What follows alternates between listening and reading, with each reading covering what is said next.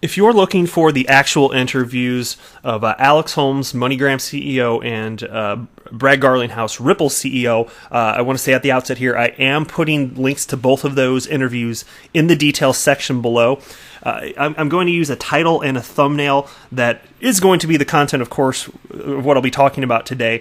But I have this concern. I don't know if it would happen, but I could see somebody doing this, just clicking on it, thinking that this video would be those interviews. And so I want to say right at the outset, it's like no one, lest you think this is clickbait, which it is not. Feel free to skip ahead. You don't have to listen to me if it's not what you're looking for. I'd love to have you, but if it's not what you're looking for, again, feel free to click the links below. Heads up, if you are clicking on the Ripple CEO Brad Garlinghouse interview, note that it starts. It's like a 3-hour video. It was streamed earlier today, and Brad starts getting interviewed at about the 1 hour and 4 minute mark. So you're going to have to jump ahead a little bit. Otherwise, when you click on it, you'll be like, "This isn't the right video." But no, it's the right link. Just jump ahead a little bit, and you'll see it. So here's what I got going on for today. There are 2 interviews, and like I said at the outset here, of the MoneyGram CEO and Ripple CEO. The MoneyGram CEO, Alex Holmes, this took place on a radio station, I think it was 2 days ago. So it was either the day of or the day after the announcement that MoneyGram has officially partnered with Ripple and is going to be using XRapid and hence XRP as a means for cross-border payments. They're going to use that as a settlement mechanism, bridge currency, all that. You know what I'm talking about. So there's going to be a rollout of that. Of course, it's not all going to happen right at once here. Then we got also Brad Garlinghouse today, as I mentioned just a moment ago. He was interviewed. This was at an event that Fortune put together. They interviewed a number of people regarding finance. I don't think it was explicitly crypto, but crypto related in some capacity or another anyway. But Brad was interviewed, and it was kind of fascinating what he said. So what I did here is, normally I just speak off the cuff. I think that when I do that, because I do know what I'm well versed with the content that I'm talking about by and large. But there are so many points that I wanted to touch on that I did go ahead and take notes for this video. Anytime I do that, I like to point that out because I have this concern. I don't know if you guys can even tell the difference, but I have this concern in my mind anyway that I'm going to sound more rigid if I'm not just speaking naturally, which is what I do almost 100% of the time. So I am going to be reading some of the notes, but then, of course, as always comes along with that, I do start, the ideas start flowing. I'm sure I'll be saying some stuff that I didn't plan. I hate over planning because I think it makes content bad, whether I'm public speaking or if anytime I've spoken in public or for these videos, whatever. It's best to not over plan. That's my personal opinion here. So before I get into that, I do want to ask one quick question. This is pure curiosity from everybody listening here. I saw this tweet on Twitter from Mr. B XRP. He is at XRP Mr. And I want to get your opinion on this, so feel free to comment below. I'll be real quick on this. I'm just genuinely curious. He tweeted out, "This thing goes nuts when Bitcoin crosses $10,000 and stays there. The media won't ignore the market anymore, and we will go from page 6 to page 1. Wait for it." And I was kind of wondering, I don't have the answer for this, and that's why I really just want to kind of ask you, do you think that's the case when Bitcoin does get to $10,000? Obviously, we know the whole market moves pretty much in tandem, not literally to the day, the week, the month necessarily, whatever it is, but, a rising tide lifts all cryptos, so to speak.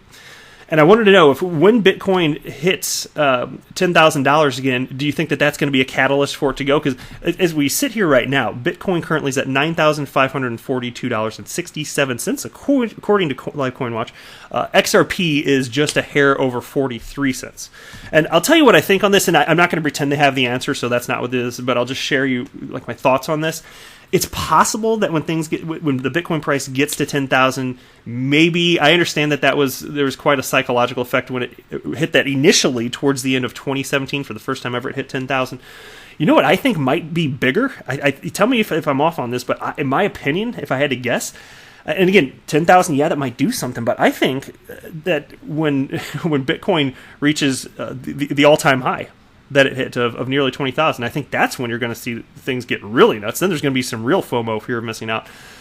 So that's kind of what what I'm looking for. But again, not to say that if you think that it's going to go at 10,000, there could be something to that. I just think even if so, at 20K, man, I think that you could really see a run on it, because people that got burnt last time, and not just people that got burnt last time. There was new speculators coming in the first place, people getting familiarized with crypto.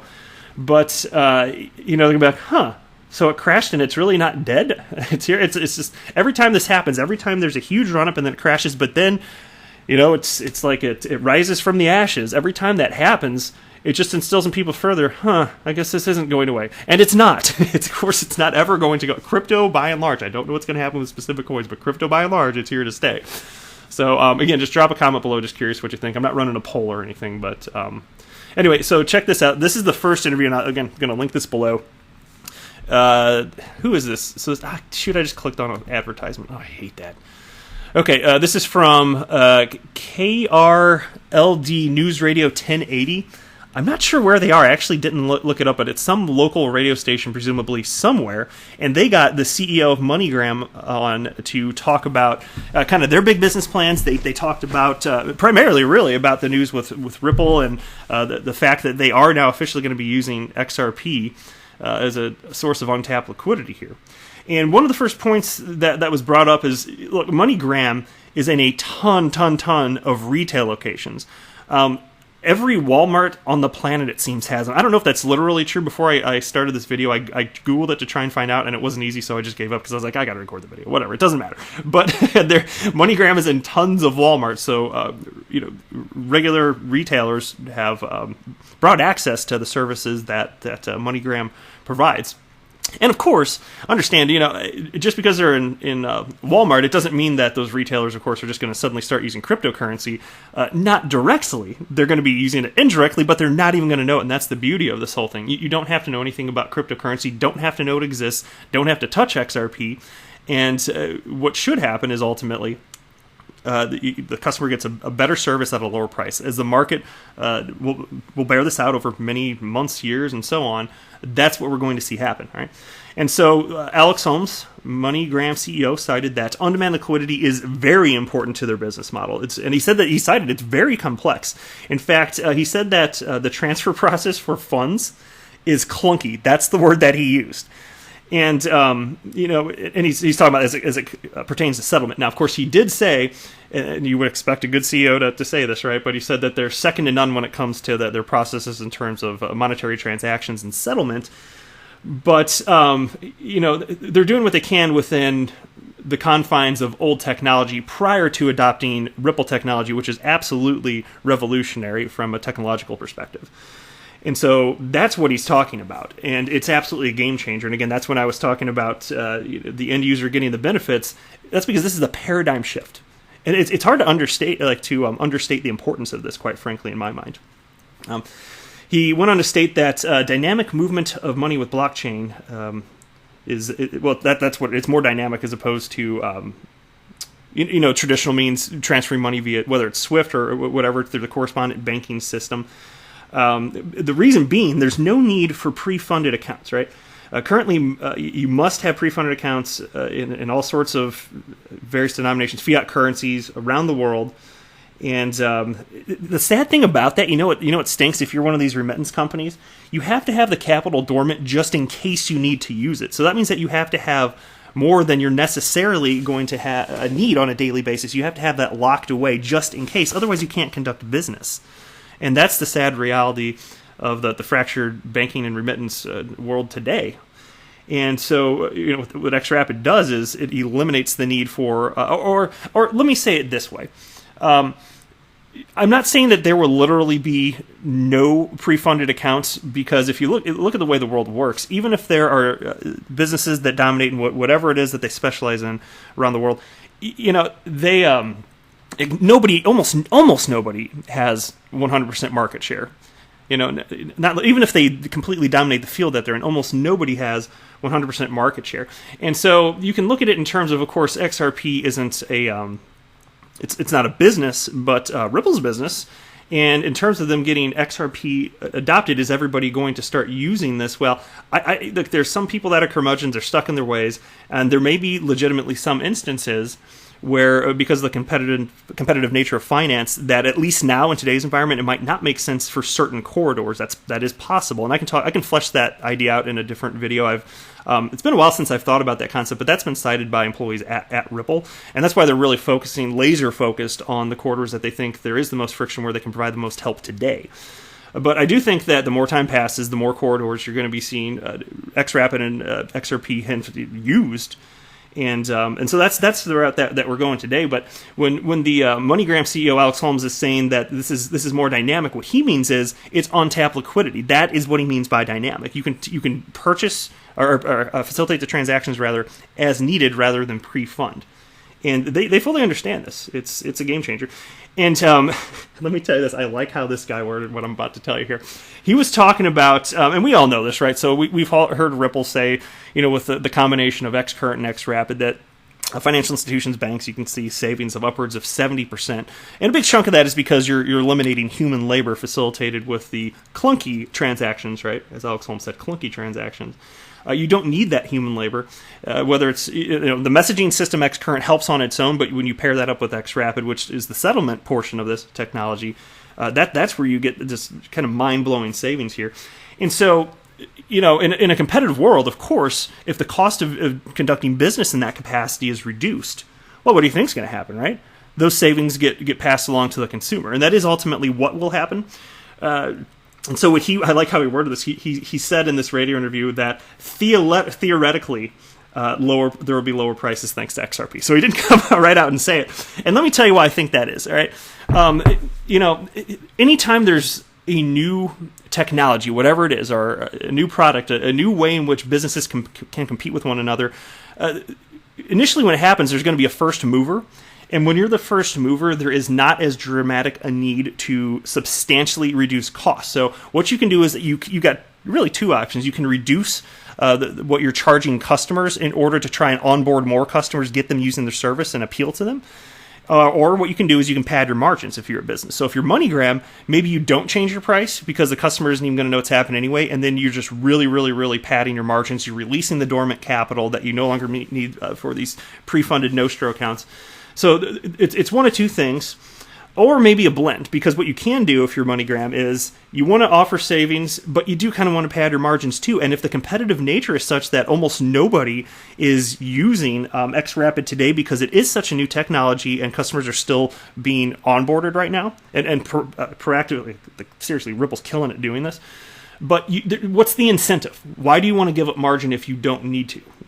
And so the more competitors come out doing this, what it's going to do is erode margin slowly, and then it's going to get to what the new norm is. And that's why, even outside of this, understand that, for instance, MoneyGram and Western Union, the two juggernauts in the industry, they're competing.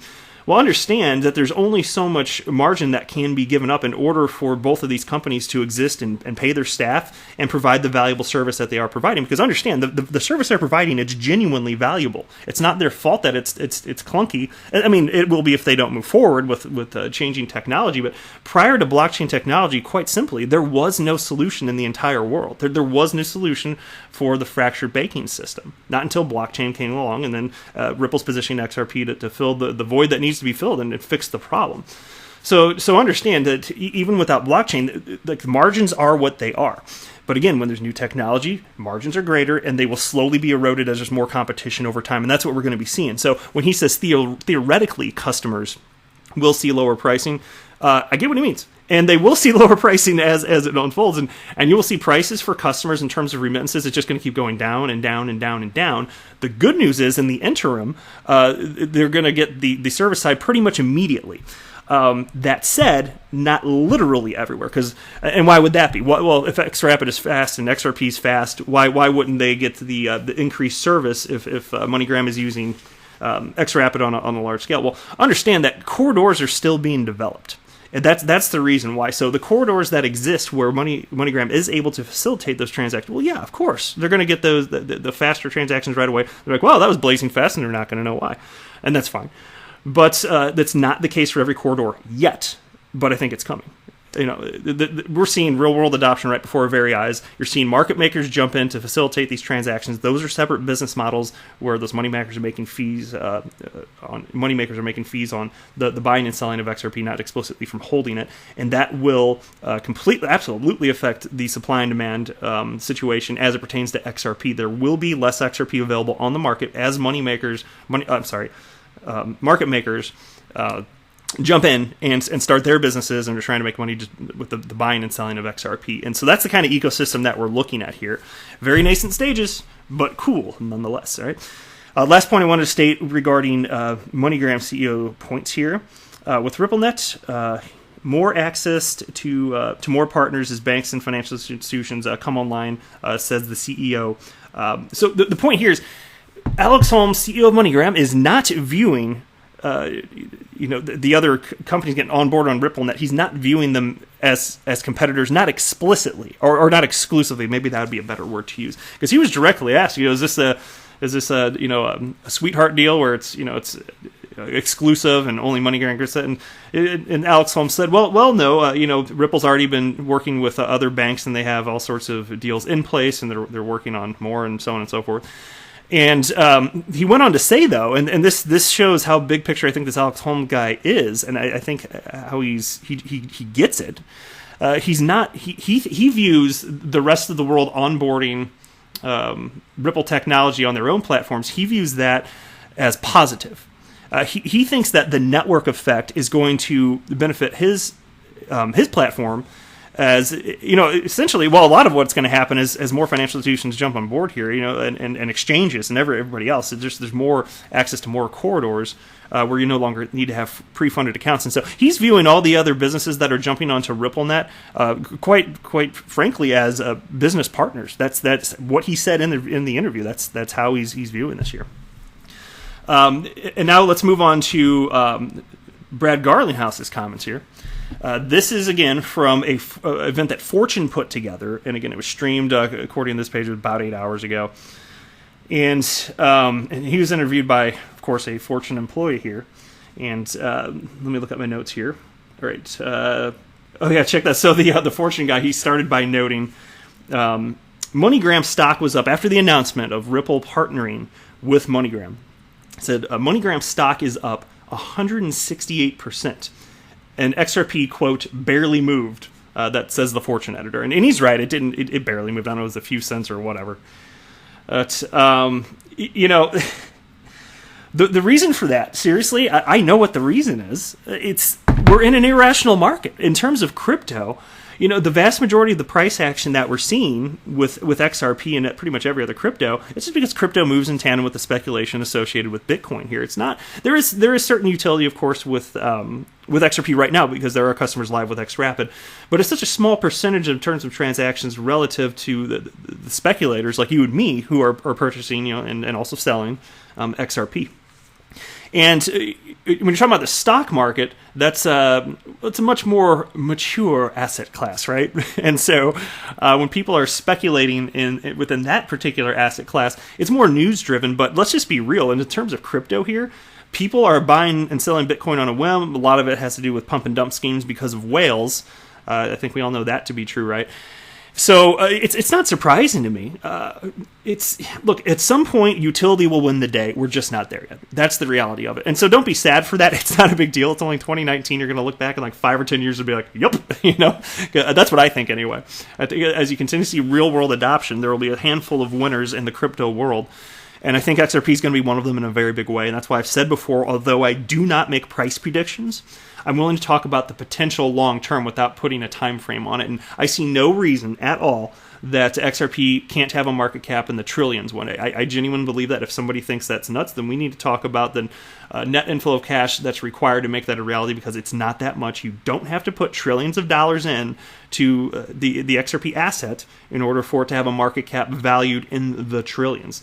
The notional value, if you look at it in terms of like how Ripple views their holdings of XRP, the notional value of XRP, they've admitted quite publicly, actually, that the notional value is much lower than what the market cap would lead you to believe. Because, of course, if they were to sell a bunch of their XRP, they understand that would, if they sold it on the open market anyway, that it would dramatically decrease the price of XRP if they just were like, unloading it by the bucket load.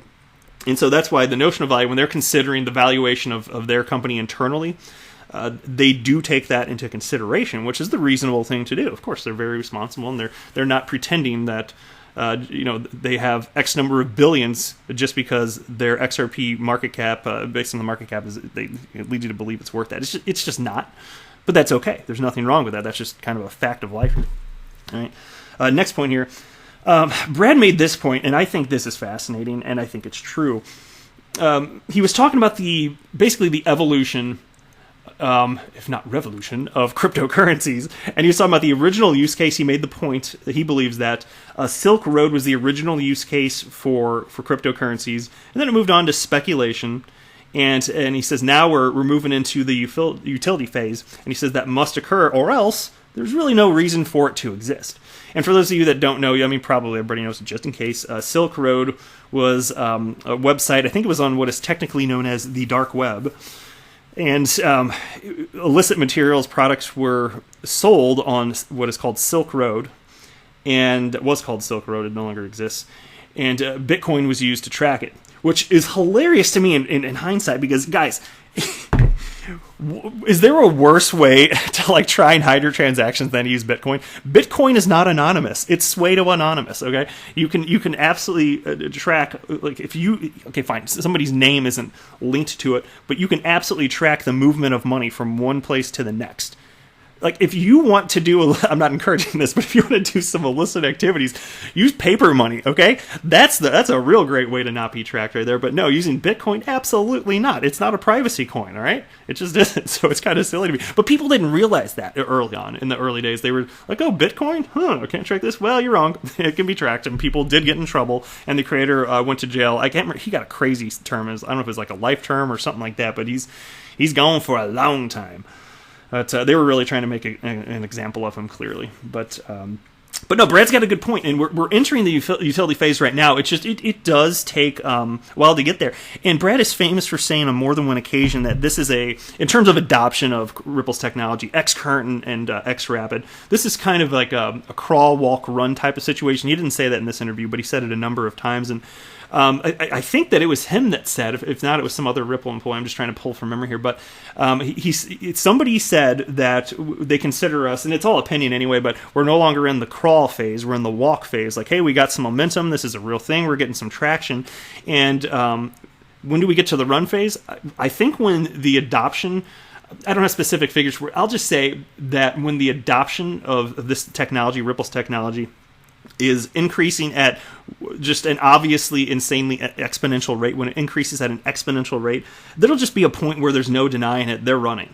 And I think that's coming here right now. And I'll talk a little bit more about the adoption that Ripple's had, their success that they've had. I have another point down my list here that I'll get to, but he does talk about Xrapid adoption a little bit further into this interview. Let me see here. My next point here. Brad says databases work better than blockchain for many applications. And he made a note, and I like this. I can appreciate this because Brad's just a straight shooter. And he stated that the term blockchain is used as what he said is catnip for investors and for marketing purposes. So for monetary reasons, business monetary reasons, right? So that makes complete sense to me. But he's made the point that for many applications, perhaps most even, that people are saying they're vying to use blockchain for these purposes. He's saying that databases would actually be a less expensive, more reasonable option because you don't necessarily need decentralized ledger type technology to facilitate the business ideas that these people are coming up with there. And it's a solid point. So that's why, again, like I always say, for me, it's all about utility, utility, utility. I will invest in any cryptocurrency if I determine that there's actual utility, and there's really not that many. That's why I'm buying almost nothing. For me, I'm an XRP bull. And there's over 4,000 cryptocurrencies available today, I believe. I'm pretty sure that's what it is. You can look on Lifecoin Watch. Maybe I'm wrong, but I think it was something like that is the last number I saw. But there's about one of them that has any actual utility. It's like XRP. I mean, you can say Bitcoin if you buy the whole store value thing, but and maybe there's something to that. Brad actually commented on that later. That's But the next point here, reducing no-stro accounts means money flowing into capital, stocks, dividends, etc. And this is one of the most key points here. And that's why in a previous video I mentioned how Western Union, they were kind of knocking on Ripple for they did what was really, it seemed like a half-hearted trial where they did like 6 transactions and they're like, this didn't really save us money. Well, look, maybe do a better trial first of all, but even if your trial was efficient with your 6 transactions, you still have locked up capital all over the world. How about unleashing that? What about when your competitor MoneyGram does that? Because they're doing it now. They've signed a deal with Ripple. They're in the process of doing that. They don't need money to be tied up dormant in these Nostro accounts all over the world. So do you really wish, even if you were just as efficient, which you're not going to be, even if you were just as cheap, which you're not, what about the locked up capital? Don't you want that out? Don't you want to put it to other uses? And that's why when Brad said, hey, look, this can go to other things, capital, stocks, and dividends, absolutely. The capital can do all sorts of other things that would be great for economies around the world. It doesn't specifically have to do with pull out anything and invest in anything. Like, do something with it. If you don't know what to do with it, it's better for you to invest it broadly elsewhere. If you don't know what to do with it as a business operator, I mean, hopefully you could think of something to do with it, but my gosh, don't leave it dormant. That's about the stupidest thing you could do when this technology exists. So knock it off. It's a bad Western Union. Bad Western Union. Next point here. Did I lose my place? Oh, right. I love this point. I like how he phrases it, too. He said, Brad believes that there is not going to be one crypto to rule them all. He stated today that he's still long Bitcoin as a store of value. And that's a fun discussion point. Maybe we should flesh that out in a different video. I don't want to dwell or dig into it too much in this particular video, but there are those that believe that if there is not additional adoption of Bitcoin beyond pure speculation and store of value, that eventually it would, whether it's years from now or decades, whatever it is, that eventually the price of Bitcoin would crater and then never return to the levels that will ultimately be all-time highs. I don't know. I don't. I literally don't know for sure. I've spent a lot of time thinking about this, and I'm like, well, what about gold? Like, think about gold. So gold has actual utility. It's got minimal utility. Like, gold proponents like to state that it's used in electronics, this and that, like your iPhones and this and that. And there's truth to it, but I think that only accounts for something like, what did I read? It was something like, I don't know if it's 5% of monetary transactions of gold ultimately go into the production of something. And, and then there's the argument of it goes into jewelry, this and that. But arguably, there's not that much you can do with gold. There are important things you can do with it, don't get me wrong.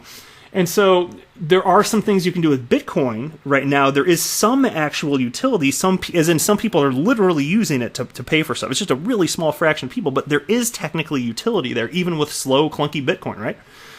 And so what I got to wondering is like, well, okay, people are still valuing gold and it doesn't have that much utility. It's scarce, right? Well, Bitcoin's very scarce too, but that's one of the most important attributes of it. So I got to wondering, I don't have a firm answer on this and I'll continue to ponder it. Maybe you can tell me what you guys think below, but given that gold is clearly here to stay and it doesn't have that much utility, can Bitcoin continue to both increase in value, maybe even stabilize at some point way down the road? Can it do that and forever be a store of value without mass adoption in terms of utility?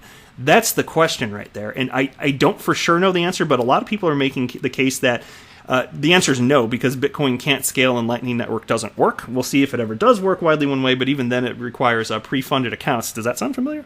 Yeah, Lightning requires pre-funded accounts, in case you didn't know that. Just like moving fiat today, it's like, are we reinventing like a broken, busted-ass wheel? Like, I don't know, with the Lightning Network. So I don't have an answer in that, but I tend to think with something like XRP, given that a lot of the movement today, and it'll keep growing, a lot of the price action does have to do with the fact that there's retail speculation, but in association with the increase of actual utility. Well, if XRP continues to be adopted broadly as a mechanism for cross-border movements of money, and then on top of that, all the other developers that are building for different use cases of XRP, if they all find success, and it's clear at some point that this really, really is here for the long term, as I suspect will be the case. I don't know, but I suspect, not financial advice. If that's the case, then I just tend to think that XRP, if you're an investor, like say you want to invest in digital assets as a store of value and you're trying to decide which one to do it in, which are you going to have more confidence in? Bitcoin that has minimal or virtually no utility, or XRP, or a broadly adopted XRP, if we grow into that point. And so that's a hypothetical scenario that I'm floating there, to be clear, where I'm saying XRP is adopted, but Bitcoin can't scale. That's what I'm proposing. So under those circumstances, what would the reality be like? Well, I think that the average Joe Schmo investor jumping in is probably going to be like, well, I think that I'm more confident that XRP is going to have staying power because it's being used by actual businesses today. There are all sorts of market makers in the case of what Ripple's doing with XRP and all sorts of other developers, like I said. So if that does take hold, what's the reason? And so that's why I'm kind of wondering here. Brad says he's long Bitcoin as a store of value, and maybe he's right. I'm telling you, I don't know the answer, but I'm pondering it, and I'm trying to think about it analytically, and so hopefully kind of what I just ran through there maybe helped you to think about it in a way that maybe you hadn't before, because I always makes me feel good inside when I can share insights that I've developed that you may not have thought of. And not that I know everything. I learn from all sorts of people. Most of the knowledge I have right now, a big chunk of it, even though I think I'm decent at analysis, but a big chunk has just come from learning from people that are pros that were in the crypto space way before me. And I'm not a know-it-all. I'm learning every day about this stuff, but I just find it so interesting, and that's why I'm running a YouTube channel on it as a hobby here. I really enjoy it here. Next point here. So this is a point that Brad pointed out. I can't remember. It was in response to some question that the Fortune guy had specifically. I don't know, in terms of the benefits of XRP, perhaps that's what it was, but Brad said, XRP transactions, the fee is, no, I think I take that back. Maybe it was a Fortune editor. I'd have to go back and listen. Let me just move on. The point was made that XRP transaction fees are 6/10,000ths of a cent, and the Bitcoin transaction fee today is averaging, Brad said, that was Brad that said that part at least, $2.30 per transaction. And so, but then he was quick to say that he doesn't view XRP and Bitcoin being competitors. They're not being positioned for the same use case. So he views it very differently. And that's fine. And broadly today, I think that is accurate. But don't discount XRP going after the same use case as Bitcoin. For instance, just one instance here right now off the top of my head, XRPL Labs is a company owned by Wietse Wind, the creator of the XRP Tipbot, and they are funded by Ripple's Spring Initiative. Ripple's actually funding them. And one of the things that they're working on is using XRP as actual money, peer-to-peer.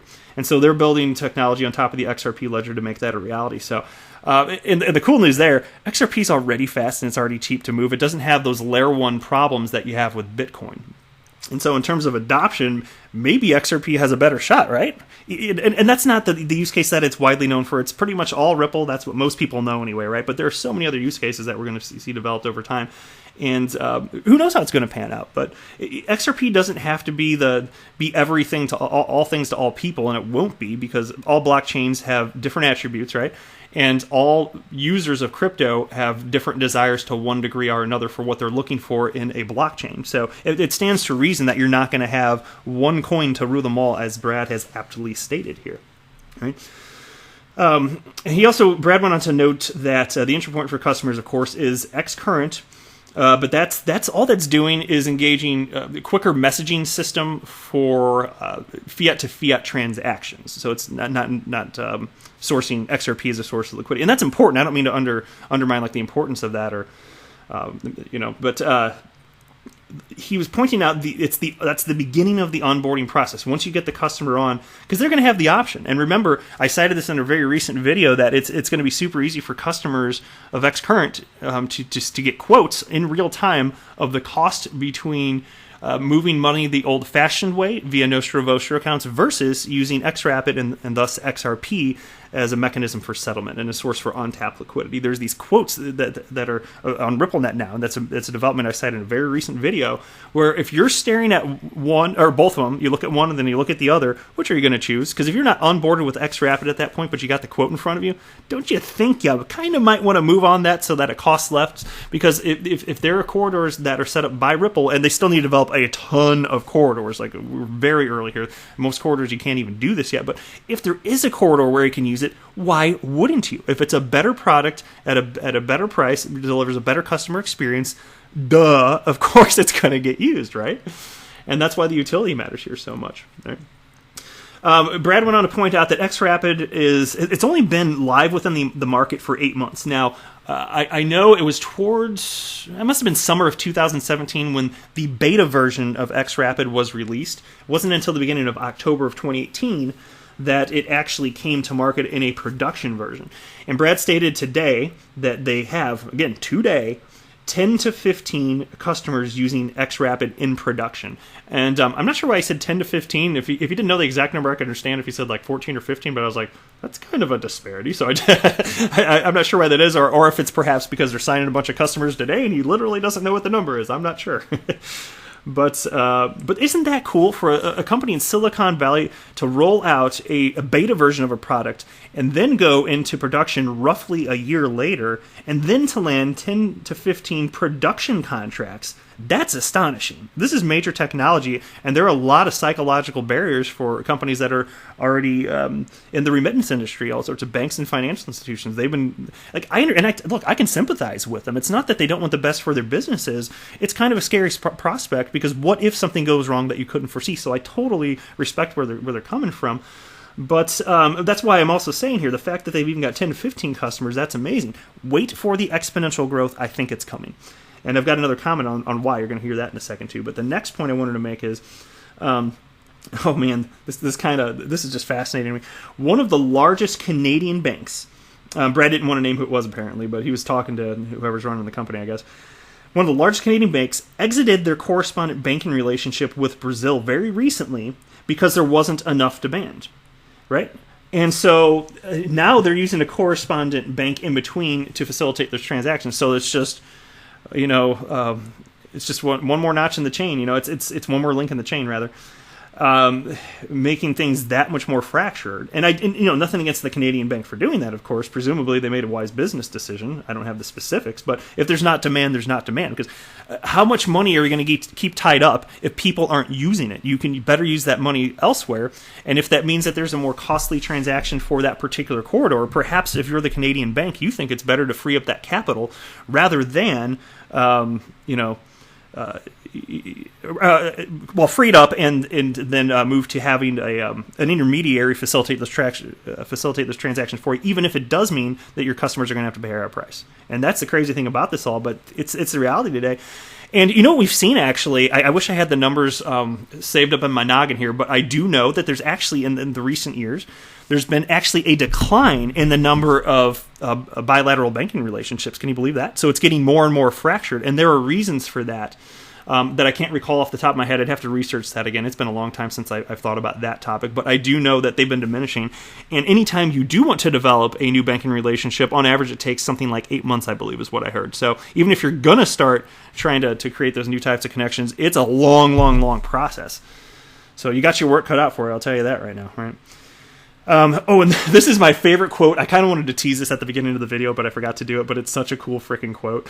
Brad said this, and it was in response to Facebook and them announcing that they're planning on releasing a cryptocurrency. They haven't actually released it yet. They released their white paper the other day. But check out this quote in response to that news. Brad Garlinghouse, Ripple CEO, said, this week will, he said, I'm going to send a case of champagne to David Marcus, the guy who runs Libra. The reason is this week will probably be the best week of signed contracts at Ripple. It has been a massive call to action because Facebook kind of came out and said, we don't need Western Union anymore. That is a direct quote from Brad Garlinghouse. Let me just read it one more time. I'm going to send a case of champagne to David Marcus, the guy who runs Libra. The reason is this week will probably be the best week of signed contracts at Ripple. It has been a massive call to action because Facebook kind of came out and said we don't need Western Union anymore, which I think is kind of funny. I mean, that has to be. Is it? Do you think that's kind of a jab at Western Union just because they didn't use the technology yet? They didn't use Ripple's technology. I don't know, but clearly. Facebook is going for remittances within their own little closed walled garden. Make the movement of money across their little ecosystem more efficient. It's a completely different solution than the enterprise solutions that Ripple's seeking to serve. So there's only so much overlap between the business models, not that much, and so that's why they're not really directly competing. There's, like I said, a minimal amount of crossover, but. Look, this is good news. The fact that Facebook is doing this, I think people are right, and I think this is the first evidence of it. It's not I think they're right now. I know they're right. because the whole theory is that this is going to be a catalyst for the entire asset class, and it's going to draw more people in, and it's going to lend itself to credibility because Facebook, allegedly trustworthy. I know that's quite disputed. I'm just saying, but still, it lends credibility to the asset class by and large. That's how people see it. If a big tech company like Facebook is doing it. And so here, sure enough, you see, this is just a few days ago, and Brad cited that there were production contracts that they've been trying to land for 6 to 8 months. He said that in this interview. Been trying to land for 6 to 8 months, and this was the catalyst for actually getting them to sign on the dotted line. They're like, oh man, we better move. They see the writing on the wall. Okay, this is legit, and that's why they're landing all these production contracts. And so, and maybe a lot of them are for X-Current, but again, that's like the gateway drug to XRP. That's probably a bad analogy, especially after talking about how bad Silk Road was. But forgive me. All right, next point here. Yeah, this is actually the last bullet point that I had here. Brad has stated that he wants more regulations from the federal government. He says the U.S. is not leading in this category. And that's a fair point to make. And I've mentioned that, not recently, but I have mentioned it on this channel in the past. There are other countries out there, perhaps less economically happy with where they are. Maybe they're not even a first world country, and they're more interested in jumping on the bandwagon sooner than later. It seems to me that the United States is just it's like complacency, don't you think? It's just like complacency. And I understand that in terms of the federal government, and you need regulation for them to really tie up loose ends here and to make things more clear for investors and businesses alike. I understand that it's kind of like let's use the word clunky again. It's a clunky process to get legislation passed, and the left and right don't want to agree with each other on much of anything. I understand that, but it's going to have to happen at some point, or else the United States in this emerging asset class, they're going to fall behind, and it would just be a shame because the United States was really a leader in helping with the development of the internet, and they got the big picture. And the way that they're treating cryptocurrencies, and in many instances vilifying them, it just seems completely opposite the way that they treated the revolution of the internet, especially dating back to the early to mid 90s even. So hopefully there's development on that, but it's going to make it easier for more and more banks to jump on board as there becomes a regulatory certainty. And so I think I'm going to wrap up the video there. I don't know if you can hear it in the background, but I have a sick dog. Oh my God, this poor girl. Oh my God, I look at my dog. She's a 4-year-old terrier mix. I look at her like family. Like I view her as family. But that said, she is gross right now. Like she is absolutely gross. She's just having trouble holding down food and stuff here, and she's just like coughing up stuff. So I apologize if you could hear that, and I hope that my description wasn't too graphic. Please forgive me. But I thought I better explain it because it sounds like something's like dying in the background. It's my dog. She's just sitting there on the couch like dry heaving right now, so I need to take care of her. I feel bad for her. Sorry, I love you, Peeve. All right. Well, I'll wrap it up there. But thank you so much for watching, guys. I am not a financial advisor. Do not buy or sell anything because of anything that I say or write. That would be a very, very, very bad idea. Take care, and I'll catch you in the next one.